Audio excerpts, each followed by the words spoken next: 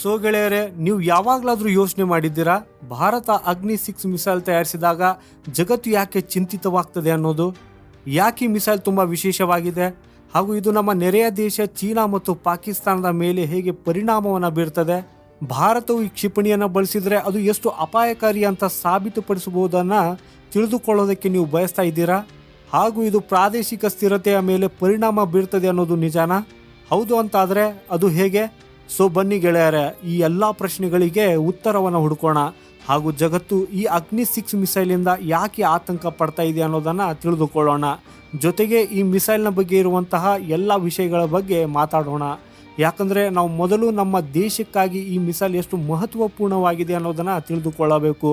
ಹಾಗೆಯೇ ವಿಡಿಯೋದಲ್ಲಿ ಮುಂದೆ ಹೋಗುವುದಕ್ಕಿಂತ ಮುಂಚೆ ಭಾರತವು ರಹಸ್ಯಮಯವಾಗಿ ತಯಾರಿಸುತ್ತಿರುವ ಈ ಮಿಸೈಲ್ಗಾಗಿ ಒಂದು ಲೈಕ್ ಮಾಡಿ ಜೈ ಹಿಂದ್ ಅಂತ ಖಂಡಿತ ಬರೆಯಿರಿ.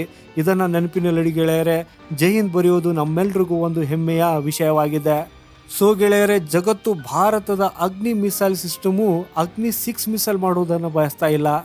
ಗೆಳೆಯರೆ, ನಿಮ್ಮಲ್ಲಿ ಕೆಲವರು ಮಾಧವನವರ ರಾಕೆಟರಿ ಮೂವಿ ನೋಡಿರಬಹುದು. ಅದರಲ್ಲಿ ಫಾರಿನ್ ಏಜೆನ್ಸಿ ವಿಜ್ಞಾನಿ ನಂಬಿ ನಾರಾಯಣನೊಂದಿಗೆ ಹೇಗೆ ಸಂಚು ರೂಪಿಸಿದೆ ಅನ್ನೋದನ್ನು ತೋರಿಸಲಾಗಿದೆ. ವಿವಿಧ ದೇಶಗಳ ಏಜೆನ್ಸಿಗಳು ಯಾವಾಗಲೂ ಪರಸ್ಪರ ರಕ್ಷಣಾ ಪ್ರಾಜೆಕ್ಟ್ಗಳನ್ನು ವಿಫಲಗೊಳಿಸಲು ಪ್ರಯತ್ನಿಸುತ್ತಲಿರ್ತವೆ. ಇತ್ತೀಚೆಗೆ DRDO ವಿಜ್ಞಾನಿಗಳು ಕೂಡ ಈ ಹನಿ ಟ್ರ್ಯಾಪಲ್ಲಿ ಸಿಲುಕಿಕೊಂಡು ಕೆಟ್ಟ ಹೆಸರು ಮಾಡಿಕೊಂಡಿದೆ. ಈ ಅಗ್ನಿ-6 ಪ್ರಾಜೆಕ್ಟು ಭಾರತಕ್ಕೆ ಹೆಮ್ಮೆಯ ವಿಷಯವಾಗಿದ್ದು ದೇಶವನ್ನು ಜಾಗತಿಕ ಮಹಾಶಕ್ತಿಯನ್ನಾಗಿ ಮಾಡಬಲ್ಲದು. ಭಾರತವು ಶಾಂತಿಯುತ ಚಿತ್ರಣವನ್ನು ಹೊಂದಿದರೂ ಅಗ್ನಿ-6ನ ನಿರ್ಮಾಣವು ಭಾರತವನ್ನು ಪ್ರಬಲ ದೇಶವಾಗಿ ಪ್ರಸ್ತುತಪಡಿಸುತ್ತದೆ. ಯಾಕಂದರೆ ಅಗ್ನಿ-6ನ ರೇಂಜು 10,000ರಿಂದ 12,000 ಕಿಲೋಮೀಟರ್ವರೆಗೆ ಇರಲಿದೆ. ಇದರಲ್ಲಿ MIRV ತಂತ್ರಜ್ಞಾನವನ್ನು ಬಳಸಲಾಗುವುದು.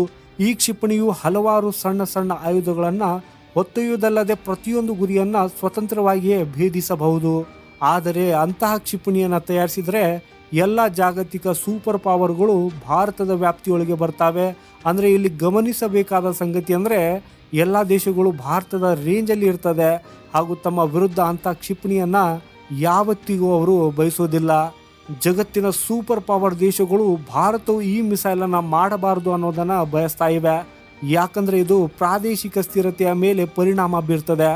ಪ್ರಾದೇಶಿಕ ಸ್ಥಿರತೆ ಅಂದರೆ ನೆರೆಯ ದೇಶದ ನಡುವೆ ಉದ್ವಿಗ್ನತೆ ಮತ್ತು ಅಪನಂಬಿಕೆ ಹೆಚ್ಚಾಗ್ತದೆ. ಇದನ್ನು ಪಾಕಿಸ್ತಾನ ಮತ್ತು ಚೀನಾ ಅಪಾಯಕಾರಿ ಹೆಜ್ಜೆ ಅಂತಾನೆ ಪರಿಗಣಿಸುತ್ತದೆ ಹಾಗೂ ಆ ಪ್ರದೇಶದಲ್ಲಿ ಅಸ್ಥಿರತೆಯ ವಾತಾವರಣ ಉಂಟಾಗಬಹುದು.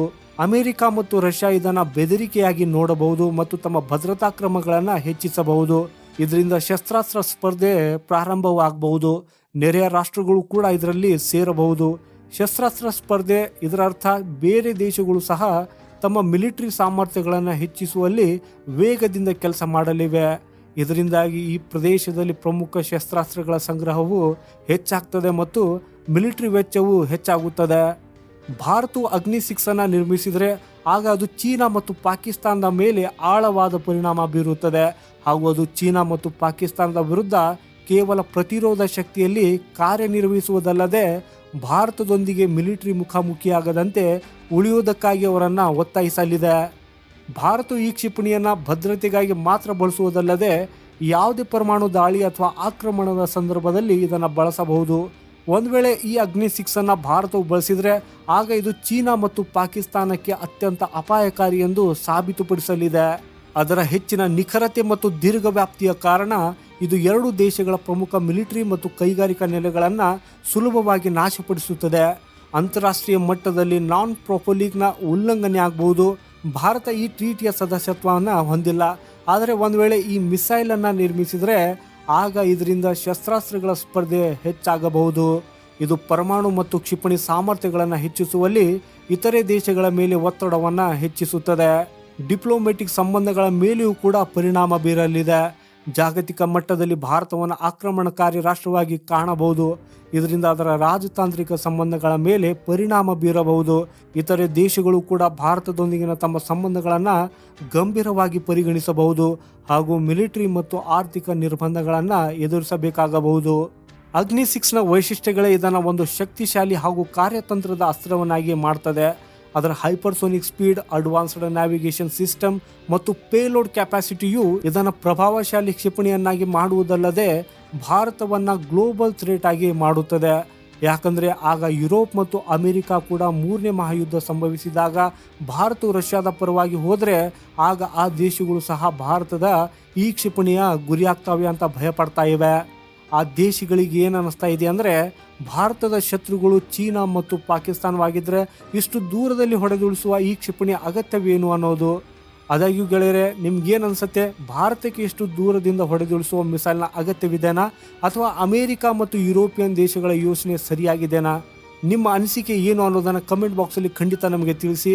ವಿಡಿಯೋಗೆ ಇನ್ನೂ ಲೈಕ್ ಮಾಡಿಲ್ಲ ಅಂದರೆ ಈ ವಿಡಿಯೋಗೆ ಒಂದು ಲೈಕ್ ಮಾಡಿ, ನಿಮ್ಮ ಗೆಳೆಯರೊಂದಿಗೆ ಇದನ್ನು ಶೇರ್ ಮಾಡಿ, ಹಾಗೂ ಇಲ್ಲಿವರೆಗೆ ಈ ಚಾನೆಲನ್ನು ಸಬ್ಸ್ಕ್ರೈಬ್ ಮಾಡಿಲ್ಲ ಅಂದರೆ ಸಬ್ಸ್ಕ್ರೈಬ್ ಮಾಡೋದನ್ನು ಮರೆಯದಿರಿ. ಯಾಕಂದರೆ ಬರುವಂಥ ನಮ್ಮ ಮುಂದಿನ ವಿಡಿಯೋಗಳು ನೀವು ಮಿಸ್ ಮಾಡಬಾರ್ದು.